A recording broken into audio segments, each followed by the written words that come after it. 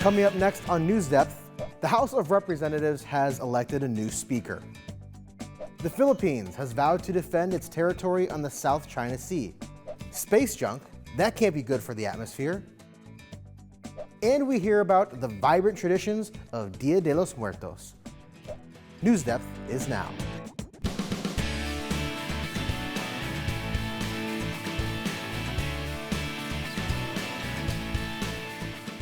After 3 long weeks, the House of Representatives finally has a speaker.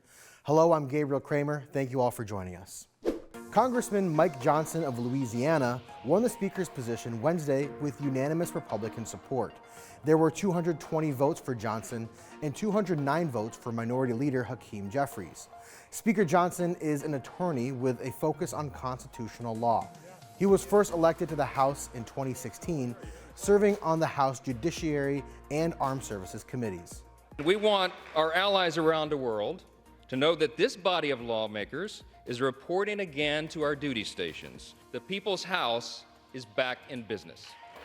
Members of both parties say they're eager to get back to work. All Mike Johnson will need to do is to meet us in a bipartisan way in that fashion, and we'll be able to work together whenever and wherever possible. Speaker Johnson has his work cut out for him.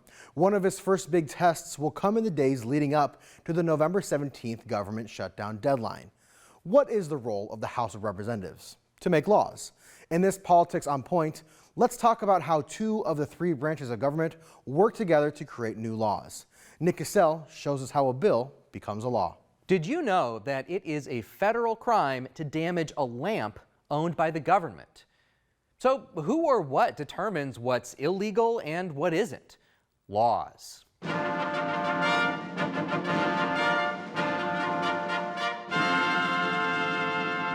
Today we're going to talk about how 2 of the 3 branches of government work together to create new laws, the legislative branch and the executive branch. Laws start at the legislative branch. As a reminder, the legislative branch is made up of 2 chambers in the federal government, the Senate and the House of Representatives.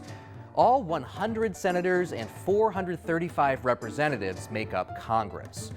A law starts as a bill. A bill is just a fancy word for an idea for a new law. Depending on what kind of law this would be, the bill can come from either chamber of Congress. But let's use an example that follows a bill from the House of Representatives. A representative with an idea for a new law proposes the bill to the House so they can vote on it. Before they vote on the bill, this House assigns a committee for due diligence. Due diligence means that enough research and analysis has been made to cover all possible scenarios that could be affected by this new law. If the bill passes by a simple majority of the House of Representatives voting in favor of it, then it gets sent over to the Senate. The Senate debates and votes on the proposed bill one more time. If at least 51 senators out of the 100 vote to approve the bill, this means the bill is one step closer to becoming a law. The bill is now off to the executive branch or the president. It has to be a little more official than just sending the president an email. The final version of the law has to be printed on parchment paper and hand-delivered to the president, becoming an enrolled bill. The president now has to carefully review the entire document and only has 10 days to sign the bill into law. If the president does not sign the bill within those 10 days, however, it becomes a law by default if Congress is still in session. But if he has some concerns and vetoes the bill instead, it goes back to Congress. In our case, it goes back to the House of Representatives, where the original idea came from. They can now vote to override the president's veto.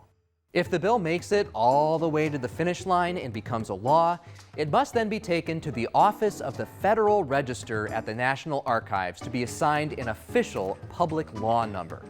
There are laws on the federal level all the way down to a state, county, or even city level. And there are all different types of laws that are meant to protect our rights. For example, there's laws that protect individuals from other individuals, laws that protect businesses, laws that protect properties, and laws that protect individuals from the government itself. Thank you, Nick. Now let's switch over to international policies. There's been a dispute between the Philippines and China concerning underwater shoals in the South China Sea. A shoal is an underwater sandbank or rocky formation that can often pose navigation hazards for ships and boats. The dispute between the Philippines and China over shoals, particularly in the South China Sea, is rooted in conflicting territorial claims and interests in the region. Before we get further into the story, let's take a spin around the globe to visit the Philippines, the home of my ancestors. The Philippines is one of the most populous countries in Southeast Asia. As of 2021, the estimated population was more than 113 million people. The Philippines is an archipelago, which means it is primarily composed of a large group of islands. It consists of 7,641 islands. The capital city of the Philippines is Manila, where my mom is from. The most commonly spoken language in the country is Tagalog. The Philippines was colonized first by the Spanish in the 16th century, then the United States until 1946, when they gained their independence. The Philippines is now a republic with a democratic system of government. In 2016, the China-Philippines dispute over the South China Sea came to a head when legal action was taken and ruled in favor of the Philippines, but China did not comply with the decision and maintained a presence near the shoals. The Philippines is vowing to defend its territory amid escalating tensions with Beijing. The Philippine president visited an island in the region and said his country is, quote, not looking for trouble, but will stand up for the rights of its people. His remarks follow weeks of confrontations between China and the Philippines. Ivan Watson has more from Manila. An act of defiance at sea. A Coast Guard officer from the Philippines, armed with a knife and an order from his president, slices through a rope laid by China, part of a barrier placed by the Chinese Coast Guard. You're facing off against literally the largest navy in the world. We don't want to face off with them. We just want them out of our territory. China and the Philippines are locked in an angry maritime territorial dispute. The standoff taking place at a shoal here in the South China Sea, some 124 miles from the Philippines and around 528 miles from mainland China. China claims virtually all of this busy body of water as its own, ignoring competing claims from the Philippines and several other countries.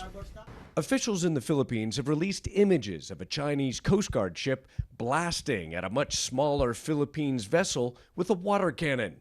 Just some of China's bullying tactics, says the Philippines defense chief. Shadowing, harassment, dangerous maneuvers, water cannoning, and military-grade lasers being used on the vessels. Is that how you feel, as if China is bullying you? Oh, you bet. I cannot think of any clearer case of bullying than this. In 2016, an international tribunal ruled in favor of the Philippines, concluding China has no historic rights to these disputed shoals. But Beijing refuses to accept the court's decision and claims the U.S. is behind the current tensions. South China Sea was in peace until the US came to disrupt it. Is the Philippines acting upon the behest of its treaty ally, the U.S.? No, and That's what China says. Yeah, and we're going to stand up more because it's an insult to our integrity, an insult to our intellect, and an insult to our common sense. To suggest that you're American puppets. Yes. The Biden administration reminding that any attack on a Philippine ship or plane in the South China Sea would demand a U.S. response under a mutual defense pact. That raises the stakes in this high sea confrontation. After cutting the Chinese barrier, the Philippines Coast Guard brought home a Chinese anchor, a trophy, and a symbol, officials here say, that they won't surrender a single inch of their territory. On more China news, 3 astronauts launched into space as part of the country's new ambitious space program. Mark Stewart got rare access to the Jiuquan Space Center in China. From our spot here at the Jiuquan Space Center in the Gobi Desert, we just watched China's latest entry into space, a rocket carrying 3 astronauts to China's space station.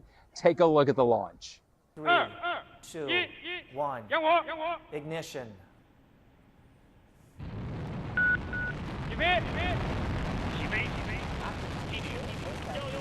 It's a mission that comes at a time when there's no cooperation between the American and Chinese space programs. Since 2011, the U.S. has effectively banned NASA from working with China in space, leading to a 21st century space race. Chinese officials stress they've never sought hegemony in space, but once the International Space Station is retired, China's Tiangong space station may take on new prominence. China's space program is ambitious, having landed a rover on Mars and a future goal of a manned flight to the moon.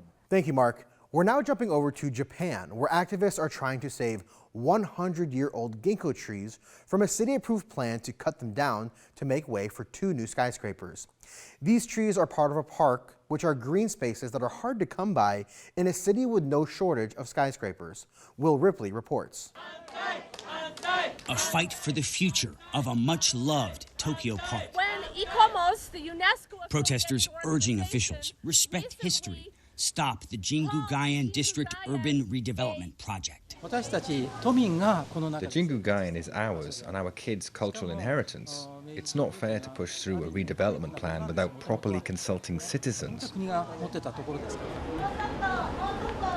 Protesters fear heritage Ginko trees will be endangered by a new stadium.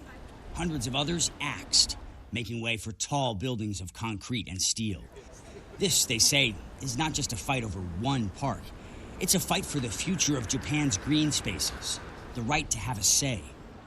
Built with public donations in 1926, the Jingu-Gaien is seen as a people's park, home to a famous rugby venue, a historic baseball stadium where Babe Ruth once played, its centerpiece, an avenue of 100-year-old Ginko trees. It's like a sanctuary to those living here. That piece already broken. Small-scale construction underway on a $1 billion redevelopment plan approved by the Tokyo government. Developers say they will update aging sports facilities, promote more open green space, protect the avenue of Ginko trees. Many campaigners don't trust the developers' promise to keep the Ginko Avenue safe. Imagine if developers said they'd build 3 skyscrapers in New York's Central Park and a stadium next to the American Elms at East 97th Street. No New Yorker would accept that. More than 200,000 people have signed a petition calling for a review of the plan. Just this month, the International Council on Monuments and Sites issued a heritage alert warning of irreversible destruction of cultural heritage. About 3,000 trees at risk, it says. Responding to the anger, the Tokyo government again requested developers submit a concrete plan before cutting down any trees. The plan to ensure the survival of as many trees as possible. Many fear the older Ginkgos may not make it. Thank you, Will. And that brings us to this week's poll. Should residents get a say in city development? You can vote between yes, people's voices matter, or no, officials know best. And check back next week to see the final results for the survey.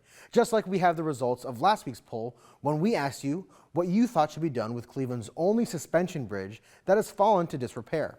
76% of you said you would rebuild it. 18% said you wouldn't do anything with it at all. And about 6% of you said it would be best just to tear it down. As if worrying about Earth's environment wasn't hard enough, a new study shows the stratosphere is becoming polluted. The stratosphere is a layer of the Earth's atmosphere extending to about 32 miles above the Earth's surface. The report points to the burnup of satellites and rocket stages and says that metal is about 10% of the stratosphere's aerosol particles. The researchers from Purdue University and National Oceanic and Atmospheric Administration say that's unlikely to impact Earth for now, but they estimate the number could hit 50% in the coming decades. They say the ramifications of such an increase are unclear. You know what really ruins a hike for me? When I come across a pile of trash that someone dumped illegally. Well, people in Nevada are fed up with illegal dumping off East Lake Mead Boulevard outside of Las Vegas. Joe Vigil spoke with a concerned citizen. We'll talk about a scenic drive in and out of North Las Vegas. Unfortunately, this stretch of road doesn't all look like this. that person's trash is definitely not someone else's treasure off East Lake Mead Boulevard. Scenic is not quite the right word for this part of the road. That isn't far from North Hollywood Boulevard. Somebody's got to do something. That's absolutely terrible the way that looks. Doug Brown called our rant line to complain. We talked to him and then went to check things out. From the Fox 5 drone, you can see people have simply been stopping off East Lake Mead and using ditches and pullouts as their own personal landfill. And it's not just off the highway. Doug Brown and a friend drove deep into the Sunrise Mountain Rec area and saw this. Tires, car parts, a mattress, all kinds of junk people tossed. There's more trash and garbage along that road, fences tore down, signs painted over. Get out there, get it cleaned up, and start putting some really strict restrictions on that place. He says the area just isn't like it was, and should be, and hopes someone listens. The Nevada Department of Transportation stated that illegal dumping poses a significant challenge in southern Nevada, and the department and its teams diligently clean up substantial volumes of large and small trash numerous times every month. For our WRting Question this week, we want to know what you think. Why is littering bad? You can send us your answers using our inbox form online, or you can also send us an email to newsdepth@ideastream.org. Now, although spooky season just ended, I always like hearing scary stories. Let's see if you can scare me. It's time to open up our inbox. Henry from Olmsted Falls Intermediate School in Olmsted Falls knows how to fight ghosts. A ghost was flying and surrounding people and wouldn't stop, but then somebody had a vacuum and sucked up the ghost. Okay, Henry, pretty good. Addie from Summit Elementary in Anderson Township wrote about a creepy experience. I was in a place and it was haunted, and my family were the only people in there, and I heard a little girl laugh, and they said a little girl used to play there. Sebastian from Bellevue Elementary School in Bellevue shared a true story. One time it was my bedtime, and I was going to sleep, and there was no one there at 3:33. When I heard a bang on the door, I checked it out, and it was a clown. Then they broke in, but then they took off their mask, and it was my mom. Good one, Mom. Ellie from Hickory Ridge Elementary in Brunswick knows how to write some suspense. There once was 3 little girls, under the age of 5. They were playing outside when they heard a laugh in the distance. They didn't think much of it until, ooh. And Carson from Franklin Elementary in Wadsworth wrote this story. On a dark and stormy night, a World War II pilot was going for a flight when he saw a bat. But this bat was about the size of a pterodactyl. The bat started attacking the pilot. The pilot tried to shoot at the bat, but his plane's guns wouldn't work. The pilot started nosediving toward a pine tree, but he couldn't stop. Faster and faster towards the tree, then everything went black, black as midnight. Ooh, those were some pretty spooky stories. And thank you for sharing that, and you're such good writers. There were too many good ones that we couldn't fit them all in this episode. So to check out a few more of those stories, you can go to the Your Answers page on our website. Now, November 2nd is a time when families in Mexico come together to honor their departed loved ones with reverence and festivity. I'm talking about Dia De Los Muertos, or the Day of the Dead. On this special edition of Sketchbook, our producer, Natalia Garcia, who is actually from Mexico, takes us into the heart of Dia de los Muertos, exploring the rich tradition and vibrant altars. Dia de los Muertos is celebrated in the first 2 days of November. It's a time to celebrate loved ones who have passed away. This tradition dates back to the Aztecs and Toltecs, ancient civilizations in what is now Mexico. Here's Dalia de la Torre, an artistic makeup artist, to talk about the iconic La Catrina. To understand what a Catrina is, we need to talk about a character called Calavera Garbancera, which is a satirical character created by José Guadalupe Posadas in the early 20th century. So he created this image of a skull, a smiling skull, that had a very elegant hat, and he made it to criticize the people who had indigenous roots. Later on, in the late 40s, came a painter and a muralist known as Diego Rivera. He took this image and he put it in his mural. He added a body to it. It was a very elegant skull with a very big hat, with a very elegant dress, jewelry, and he named it the Katrina. The Katrina was gradually adopted by people as a way to be playful and to celebrating life in a very solemn time. I know it's a contradiction to have the topic of death and the topic of a celebration in the same, even in the same sentence. But it was a way for us to remind everyone that life was worth celebrating because it was going to end. One of the most common Dia de Muertos traditions is creating an ofrenda, which is Spanish for offering. The ofrendas are decorated altars. They include photos, candles, marigold flowers, and even favorite foods of the people we are celebrating. And we can't forget the pan de muerto and calaveritas.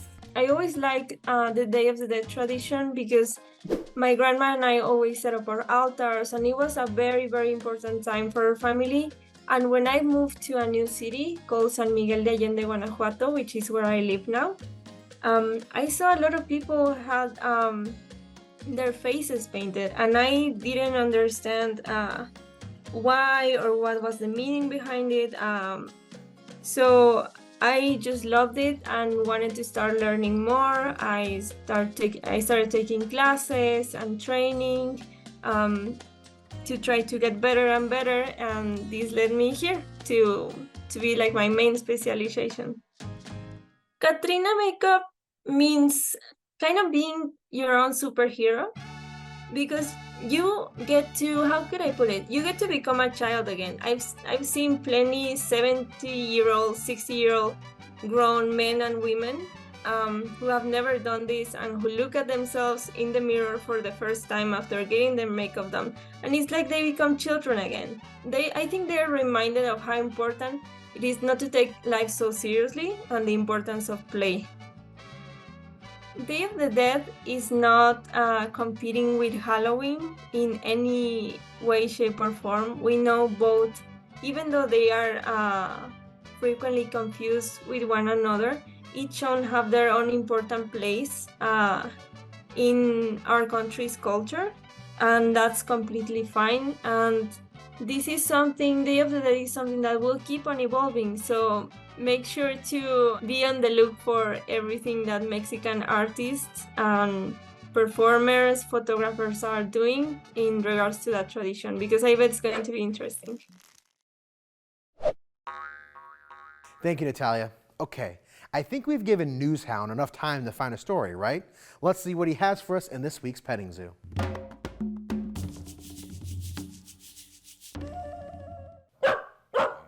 Hey, NewsHound. Are you working on your new tricks? Let's put them to the test. Can you sit? Good job. Can you lay down? Nice. How about can you roll over? Okay, that's still just sitting. Anyway, can you tell us about your story this week? Okay, cool. It's a story about two best friends that will do anything to stick together. To check out their full story, click the Petting Zoo button at the bottom of this episode page. Thanks as always, NewsHound. I'm always impressed by how good he is at his job, even if he needs some help with his doggy tricks. But have you ever heard of a dog that can type? It got me thinking, how did he learn how to do this so well?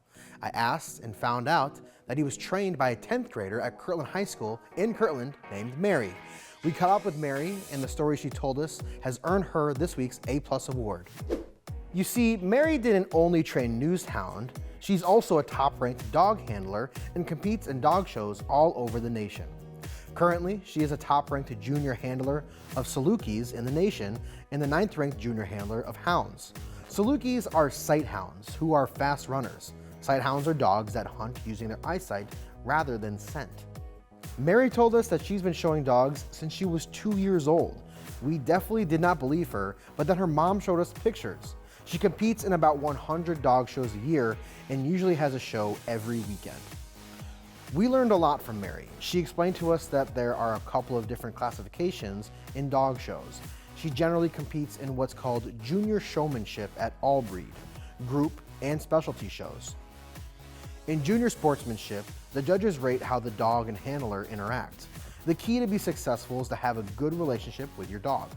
In group shows, she competes against all dogs that are considered hounds, like Whippets, Foxhounds, and her favorite, Salukis. Specialty shows require all dogs to be the same breed. She explained to us that in group shows and specialty shows, the dogs aren't exactly competing against each other. They're graded against what's called a standard for what that type of dog should look like. A standard is a predetermined level of quality. Mary told us that Salukis are her favorite dog. She likes them because they are pretty, they are easy to connect with, and she thinks they're very graceful when they run. Competing in dog shows has taught her the importance of responsibility, patience, and how to win and lose with grace. She especially loves to compete in specialty shows because she loves the challenge of competing against professionals. If you were wondering, Mary has 8 dogs at home, and she's qualified to compete in the Westminster Kennel Club Dog Show next year. She's like the LeBron James of puppies. So congratulations, Mary, on qualifying for the biggest event in dog sports and winning this week's A+ award. Now that's a wrap on this week's episode. Before I leave, let me tell you all the ways you can stay in touch with us because we always want to hear from you. You can write to us. We're at 1375 Euclid Avenue, Cleveland, Ohio. Our zip code here is 44115. You can email us at newsdepth@ideastream.org, or you can tweet us. Our handle is @NewsDepthOhio. Thank you for joining us. I'm Gabriel Kramer, and we'll see you right back here next week.